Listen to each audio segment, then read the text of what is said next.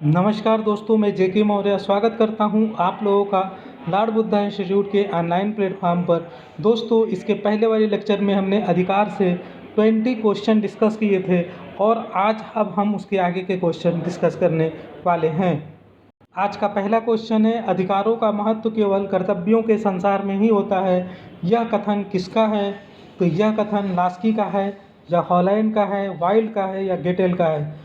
तो ये जो कथन है ये वाइल्ड का कथन है। दोस्तों, आप लोग इसको टेस्ट के रूप में दीजिए अपने सामने, एक आप आंसर शीट बना लीजिए, उसमें नंबरिंग कर लीजिए और लास्ट में आप अपना स्कोर भी शेयर करें कि आपके कितने क्वेश्चंस सही हुए। चलिए नेक्स्ट क्वेश्चन देखते हैं। नेक्स्ट क्वेश्चन है, जिन्हें हम सही तौर पर अधिकार कहते हैं वे वास्तव में सही तौर पर कहलाए जाने वाले कानून की रचनाएं हैं। अधिकारों की यह परिभाषा किससे संबंधित है? हाब्स से, हीगल से, बेंथम से या फिर लास्की से? तो ये जो परिभाषा है ये बेंथम से संबंधित है और बेंथम के अनुसार अधिकार केवल कानूनों का फल है। बिना कानूनों के कोई अधिकार नहीं, कानूनों के खिलाफ कोई अधिकार नहीं तथा कानूनों से पहले कोई अधिकार नहीं। चलिए नेक्स्ट क्वेश्चन देखते हैं। क्वेश्चन नंबर 23 है, पैन ऑप्टिकन निम्नलिखित में से किसका आदर्श उदाहरण है? पैन ऑप्टिकन पूछा गया है। ऑप्शन है जेल, शिक्षा व्यवस्था, कानून व्यवस्था या फिर रसोई। तो इसमें हमारा ऑप्शन कौन सा सही होगा? ऑप्शन ए सही होगा, जेल। पैन ऑप्टिकन जो है ये बेंथम द्वारा अभिकल्पित एक प्रकार का संस्थानिक भवन है। पैन ऑप्टिकन जो है देखा जाए तो ये दो शब्दों से मिलकर बना है, पैन और ऑप्टिकन। पैन का मतलब होता है कैदी और ऑप्टिकन का मतलब होता है कैदियों पर नज़र रखने वाला, निगरानी करता, अर्थात ऐसी जगह जहां कैदियों को रखा जाता है वह स्थान जेल है। नेक्स्ट क्वेश्चन है, वास्तविक कानून उसका आदेश है जिसे दूसरों का आदेश देने का अधिकार प्राप्त है। यह कथन किसका है? यानी कि वास्तविक कानून उसका आदेश है जिसे दूसरों को आदेश देने का अधिकार प्राप्त है। यह कथन किसका है? ऑप्शन है हाब्स का, लॉक का, रूसो का या फिर बोधा का। तो ये हाब्स का है। हाब्स ने संप्रभुता संपन्न व्यक्ति को कानून का स्रोत माना है और सामाजिक समझौते की प्रकृति के अनुसार लेवियाथन सबको आदेश देता है किंतु किसी अन्य के आदेश को मानने के लिए वह बाध्य नहीं है। वास्तविक कानून उसका आदेश है और उसे ही दूसरों को आदेश देने का अधिकार प्राप्त है। नेक्स्ट क्वेश्चन है, व्यक्ति का वह अधिकार जो उसे सहज ही प्राप्त होता है, जिससे उसे वंचित नहीं किया जा सकता और न उसे स्थानांतरित किया जा सकता है। तो ये किसका क्या चीज़ें है? ये स्वतंत्रता का अधिकार है, प्राकृतिक अधिकार है, राजनैतिक अधिकार है या फिर सामाजिक अधिकार है। तो अगर हम इसको देखें तो ये क्या है? प्राकृतिक अधिकार है। ये प्राकृतिक अधिकार है क्योंकि मानव के सभी अधिकारों में जीवन का अधिकार सबसे अधिक मौलिक व आधारभूत अधिकार है। यह एक प्राकृतिक अधिकार है जो व्यक्ति को सहज ही प्राप्त है, इससे उसे वंचित नहीं किया जा सकता, न उसे स्थानांतरित किया जा सकता है और इस अधिकार के बिना अन्य किसी भी अधिकार की कल्पना भी नहीं की जा सकती है। और इसीलिए हमारा जो संविधान है उसके अनुच्छेद 21 में प्राण और दैहिक स्वतंत्रता का संरक्षण भी जीवन के आधार को संरक्षित करता है। चलिए नेक्स्ट क्वेश्चन की तरफ आगे बढ़ते हैं। नेक्स्ट है, वैधानिक अधिकारों के पीछे कौन सी शक्ति है? ऑप्शन है कानून की शक्ति, नैतिकता की शक्ति, न्यायालयों की शक्ति या फिर नीति शास्त्र की शक्ति। तो इसमें हमारा ऑप्शन ए सही है, कानून की शक्ति। वैधानिक अधिकारों के पीछे किसकी शक्ति है? कानून की शक्ति है। अगर कानून उसको मतलब वैधता न प्राप्त हो तो वो वैधानिक अधिकार नहीं हो सकता है। चलिए नेक्स्ट क्वेश्चन देखते हैं। क्वेश्चन नंबर 27 है, इन निम्नलिखित में से कौन एक अधिकारों के कानूनी सिद्धांत का समर्थक नहीं है? ऑप्शन है हाब्स, बेंथम, जॉन ऑस्टिन या फिर लॉक। तो आपको बताना है कि इनमें से कौन एक अधिकारों के कानूनी सिद्धांत, अधिकारों के एक कानूनी सिद्धांत का समर्थक नहीं है। तो इसमें हमारा ऑप्शन डी सही हो जाएगा, लॉक। जॉन लॉक प्राकृतिक अधिकारों के सिद्धांत का समर्थन करते हैं और लॉक के अनुसार कुछ अधिकार राज्य की उत्पत्ति से पहले अर्थात प्राकृतिक दशा में विद्यमान थे, इन्हें ही प्राकृतिक अधिकार कहा जाता है। इन अधिकारों का सृजन राज्य ने नहीं किया है बल्कि राज्य का जन्म इन अधिकारों की रक्षा के लिए हुआ है। तो जॉन लॉक ने जीवन, स्वतंत्रता और संपत्ति के अधिकार को प्राकृतिक अधिकार कहा है। ठीक है, चलिए नेक्स्ट क्वेश्चन की तरफ आगे बढ़ते हैं। अधिकारों के कानूनी सिद्धांत की वकालत करने का श्रेय जाता है किसको? लाक को, ऑस्टिन को, पाउंड को या फिर ग्रोसियस को? तो इसमें हमारा ऑप्शन बी सही हो जाएगा। अधिकारों के कानूनी सिद्धांत की यह मान्यता है कि अधिकार राज्य की देन है। प्रभुत्व संपन्न होने के कारण राज्य कानून निर्माण की अंतिम सत्ता है और अधिकारों का सृजन कानून के द्वारा होता है। ऑस्टिन इस तथ्य को स्वीकार करते हुए अधिकारों के कानूनी सिद्धांत का समर्थन करते हैं। बहुत इंपॉर्टेंट क्वेश्चन है क्योंकि 2013 जीडीसी में पूछा गया है, ठीक है, और जीआईसी में पूछा गया है 2009 और 2012 में। तो इस तरह से क्वेश्चन रिपीट होते हैं। जितने क्वेश्चन प्रीवियस ईयर के हैं इनको तो बिल्कुल आप रट लीजिए, इसमें से कोई भी क्वेश्चन आ सकता है। क्वेश्चन नंबर 29 है, कौन सा सिद्धांत मानता है कि अधिकार राज्य द्वारा निर्मित है? कानूनी, प्राकृतिक, ऐतिहासिक या फिर आदर्शवादी? इसमें हमारा ऑप्शन ए सही हो जाएगा, कानूनी। इसको हम लोगों ने पहले ही डिस्कस कर लिया है। क्वेश्चन नंबर 30 है, शिक्षा और सेवा योजन के अधिकार तटस्थ है, नकारात्मक और सकारात्मक दोनों हैं। प्रायः नकारात्मक, कभी कभी सकारात्मक, नकारात्मक है, सकारात्मक है। तो इसमें हमारा ऑप्शन डी सही हो जाएगा, ठीक है। अधिकार जो होते हैं दो प्रकार के होते हैं, नकारात्मक अधिकार और सकारात्मक अधिकार, जिसमें शिक्षा और सेवा योजन का अधिकार जो है ये सकारात्मक अधिकार है, क्योंकि राज्य के द्वारा अधिकार के अंतर्गत व्यक्ति को प्राप्त होने वाली ऐसी अनुकूल परिस्थितियां और अवसर जिनसे उसे आत्म विकास में सहायता मिलती है उसे क्या कहते हैं? सकारात्मक अधिकार कहते हैं, ठीक है। और नकारात्मक अधिकार की अगर बात, तो इसमें राज्य में व्यक्ति की जिन गतिविधियों पर राज्य की ओर से कोई प्रतिबंध नहीं होता उसे नकारात्मक अधिकार कहते हैं। वो राज्य के अगेंस्ट हमें प्राप्त होता है। उदाहरणतः हम कहें विचार और अभिव्यक्ति की स्वतंत्रता का अधिकार। चलिए नेक्स्ट क्वेश्चन की तरफ आगे बढ़ते हैं। 31 नंबर है, निम्नलिखित में से कौन अधिकारों का सर्वाधिक पुराना सिद्धांत है? ऑप्शन है अधिकारों का आर्थिक सिद्धांत, अधिकारों का वैधानिक सिद्धांत, प्राकृतिक अधिकारों का सिद्धांत या फिर अधिकारों का आदर्शवादी सिद्धांत। तो इसमें हमारा ऑप्शन सी सही हो जाएगा, प्राकृतिक अधिकारों का सिद्धांत। ये जो है सबसे पुराना, सर्वाधिक पुराना सिद्धांत है, ये सबसे अधिक प्राचीन है। इस सिद्धांत के अनुसार मानवीय अधिकार पूर्णतया प्राकृतिक और जन्मसिद्ध हैं। अधिकार उसी प्रकार मनुष्य की प्रकृति के अंग हैं जिस प्रकार उसकी चमड़ी का रंग।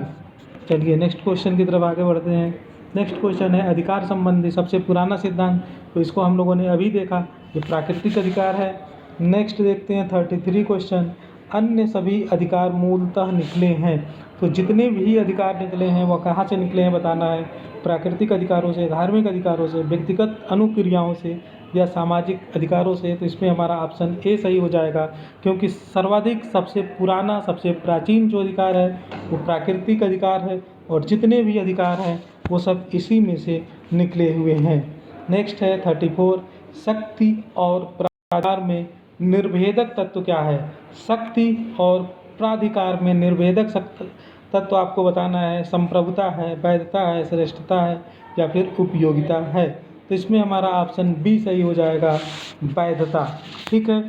शक्ति और प्राधिकार में प्रमुख निर्देशक तत्व क्या है? वैधता है। जब शक्ति को वैधता प्राप्त होती है तब वह प्राधिकार या सत्ता का रूप धारण कर लेता है। जैसे मान लीजिए कि आपके क्षेत्र में कोई बहुत बड़ा गुंडा है, ठीक है, उसके पास बहुत पावर है, उससे लोग डरते हैं, लेकिन उसकी जो पावर है, उसकी जो शक्ति है, उसको वैधता नहीं मिली हुई है, तो वो पावर जो है आपका प्राधिकार नहीं है। लेकिन अगर मान लीजिए कोई मंत्री है, मिनिस्टर है, पुलिस प्रशासन है, उसको कानूनी अधिकार प्राप्त हुए हैं, ठीक है, उसको कानूनी अधिकार प्राप्त है, उसकी कानून को वैधता दी गई है, उसके पावर को वैधता दी गई है, तो इसलिए वो सत्ता में बदल जाती है, सत्ता का रूप धारण कर लेती है। चलिए नेक्स्ट क्वेश्चन की तरफ आगे बढ़ते हैं। निम्न में से कौन एक अधिकार का लक्षण नहीं है? कल्याणकारी स्वरूप, लोकहित में प्रयोग, राज्य का संरक्षण, समाज का संरक्षण। इसमें हमारा ऑप्शन डी सही हो जाएगा, ये अधिकार का लक्षण नहीं है, समाज का संरक्षण। बाकी कल्याणकारी स्वरूप अधिकार का लक्षण है, लोकहित में प्रयोग ये भी अधिकार का लक्षण है, राज्य का संरक्षण ये भी आपका संरक्षण का अधिकार है, अधिकार का लक्षण है, लेकिन ये जो समाज का संरक्षण है ये नहीं है। अधिकार की सामान्य धारणा के आधार पर अधिकार के निम्नलिखित आवश्यक लक्षण कहे जा सकते हैं। कौन कौन से हैं देख लीजिए, नोट कर लीजिए। सामाजिक स्वरूप, कल्याणकारी स्वरूप, लोकहित में प्रयोग, राज्य का संरक्षण, सार्वभौमिकता या फिर सार्वव्यापकता। ये समाज का संरक्षण जो अधिकार है ये अधिकार का लक्षण नहीं है। चलिए नेक्स्ट क्वेश्चन की तरफ आगे बढ़ते हैं। प्राकृतिक अधिकारों के सिद्धांत की मान्यता है कि क्या मान्यता है? अधिकार दैवीय रचना है, अधिकार पूर्व नागरिक समाज से आते हैं, अधिकार निर्देश द्वारा मिले हैं, अधिकार संविधान द्वारा प्रदत्त हैं। तो प्राकृतिक अधिकारों के सिद्धांत की मान्यता इसमें से कौन सी है? तो इसमें से हमारा ऑप्शन बी सही हो जाएगा, अधिकार पूर्व नागरिक समाज से आते हैं। ठीक है, और इसका जो समर्थन है लॉक ने जोरदार तरीके से किया था। लॉक ने जोरदार तरीके से इसका समर्थन किया था। चलिए नेक्स्ट क्वेश्चन की तरफ आगे बढ़ते हैं। नेक्स्ट क्वेश्चन है 37 नंबर। प्राकृतिक अधिकारों के सिद्धांत की पुष्टि की गई सभी उदारवादियों द्वारा, केवल कुछ उदारवादियों द्वारा, केवल जॉन लॉक द्वारा, केवल जॉन स्टुअर्ट मिल द्वारा। तो इसमें जो है हमारा ऑप्शन बी सही है। ये जो प्राकृतिक अधिकारों का सिद्धांत है ये केवल कुछ उदारवादियों के द्वारा इसकी पुष्टि की गई है। ठीक है, अगर इसमें हम बात करें तो हॉब्स ने जीवन के अधिकार को प्राकृतिक अधिकार माना तथा लॉक ने जीवन, स्वतंत्रता तथा संपत्ति के अधिकार को प्राकृतिक अधिकार माना।